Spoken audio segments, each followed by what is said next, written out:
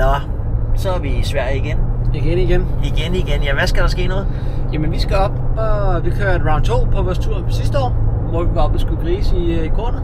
Så kører vi en round 2 i år, men med lidt udvidet selskab, skulle jeg til at sige. Ja, vi er jo sammen med DK4, jagtmagasinet, så jeg tror egentlig tanken er, at vi prøver at lave vores egen lille video ved siden af, og så er der jo så Sten, som laver sit eget program.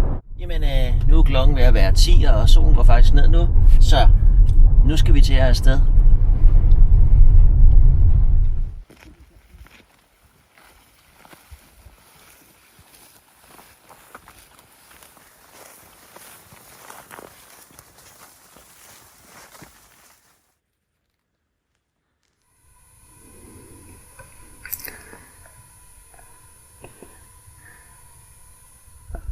Nå, så der går grisene.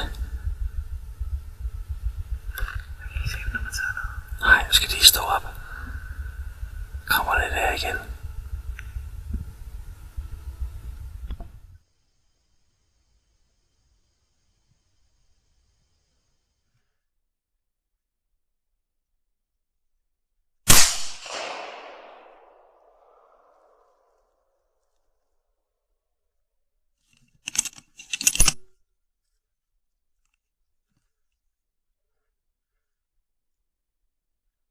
Ja, jamen så er vi tårnet. Jeg sidder der en halv time tid, og så kommer der sgu gris. Og så ser jeg herinde igennem skoven, jamen der kommer tog og fylder dem herud gennem marken i halvandet minut tid, og der er stadig tog, og så står den jo egentlig fri med siden til, så tænker jeg, at det er et fint skud på omkring 100 meter. Jeg synes ikke rigtigt, at den lige løber, eller tegner, eller gør noget som helst. Jo, den løber, og så stiller den sig sammen med en anden, og så triller de stille og roligt videre. Så nu skal jeg over se, om der er noget. Det krydser fingre for. Jeg har set videoen. Jeg har en god mavefornemmelse. Så, min den er blandet. Ja. Lad os gå over og kigge. Nå, jamen, i går, ja, der var mange gris. De er rigtig svære at se, de her høje korn her. Og Victor fik skudt til en gris, og vi ledte. Og men vi fandt ingenting overhovedet, som i ingenting. Og så i morges, så var vi lige ude og lave et kontrolskud. Det skal lige siges, at han så dem faktisk 4 minutter efter skuddet, at de gik ind i skoven. Så var vi ude og lave kontrolskud, og vi ramte overhovedet ikke skiven, som i slet ikke på 50 meters afstand af deres skud. Bullseye på 100 meter. Nå, og vi går ind tættere på. Til sidst på 15 meter kan vi stadigvæk ikke ramme skiven. Så er der ikke flere patroner i magasinet.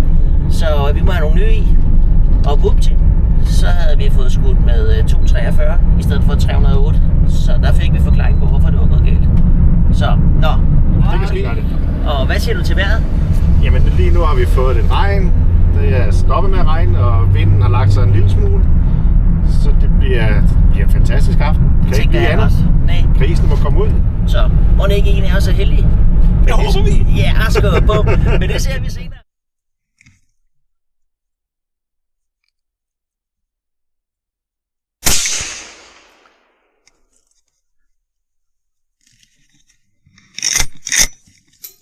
Nå, nu har jeg lige skudt til en gris, der kom 2 heromme bagfra.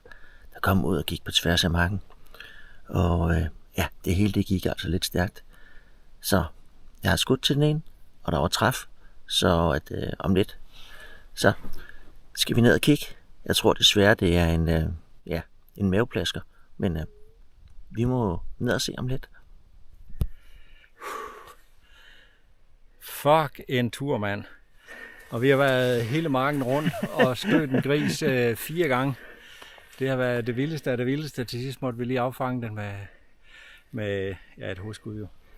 Ja. Og så var det slut. Men den kæmpede rigtig, rigtig fint. Sikkert over en aften. Altså, der ligger allerede 2 grise i bilen, og nu den tredje er på vej her. Og så har vi set den største gris nogensinde i Sverige. Og sådan en, der bare blev stående på vejen. Den kan ikke flytte sig på bilen. Den flyttede sig lige et par sekunder efter, gik den bare lige så stille ind. Kunne være, at man skulle efter den aften. Kæft, den var stor. Det er bare fantastisk, det her. Ja, vi kunne jo høre den her 2 gange. Kunne vi høre den så åndedræt. Altså, vi var så tæt på den, præcis, at vi kunne bare høre, at den lå og prostede. Så lidt smule bagligt, ja. Men den er der. Den er leveret. Så, alt er godt. Så. Det bliver fantastisk. Nå, Victor, nu skal jeg jo misbruge din kniv igen, og det må du altså undskylde. Men du skal jo også have lidt at lave i morgen, jo ikke også? Så ja, undskyld, siger jeg bare. Men sådan er det. Hvad sker der? Hvad siger du? Hvor fanden går jeg og slæver din gris? Hvad fanden sker der? Du skal da bare afsted, skal du? Hvad sker der? Du er en gammel en, der skal træne, du. Ja, det bliver det også. Hold lige vent til at stoppe en gang. Vi tabte den en gang til.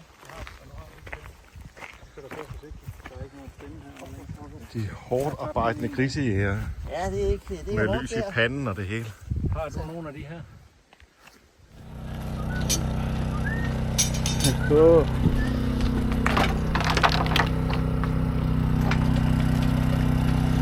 Jeg skal have en meget god aften, hva'? Det er en god dag på kontoret, som man siger. Selvfølgelig. Så var I længe her. Og det er morgenmad, men hvad er klokken? Og så har vi en teenager over i hjørnet. Ja. Ligesom tradition 2 fra sidste år, Ligneragtigt. så er jeg i gang med at slive knive, så du kan bruge den igen. Tak, Victor. Tak. Selv tak, gamle. Så, ja. Hvilke afsnit vil du sige, du har filmet af de sådan yndlingsafsnit? Jeg synes, der er mange af dem, fordi der er forskellige parametre. Ikke? Altså, det var spændende at lave bøffeljagt. Jeg har lavet 2, tror jeg. Eller faktisk har jeg lavet 3 situationer. 4 sgu med bøfler. Ja. Og det er vildt spændende. Afrika står mit hjerte tæt. Altså, der var også en gang i Sverige, hvor jeg dublerede gæs. Det var fandme også sejt.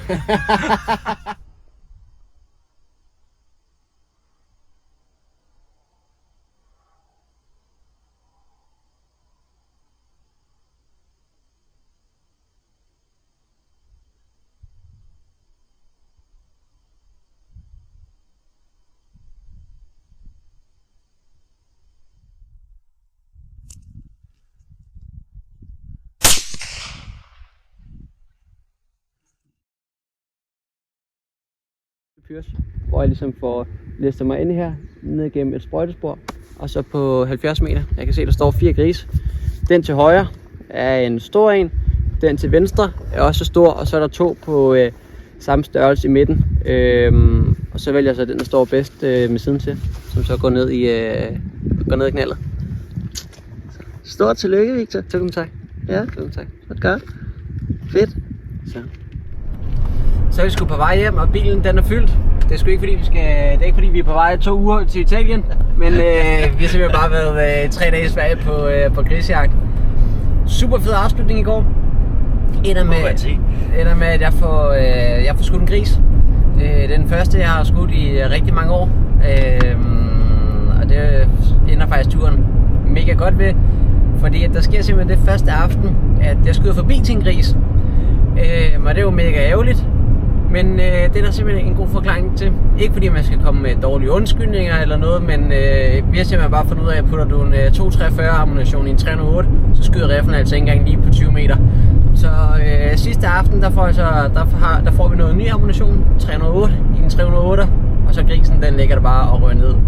Så mega fed afslutning på det hele, og vi har haft en mega fed tur og et mega hyggeligt selskab, og det hele har faktisk bare været en virkelig fed tur. Så tak fordi I så med.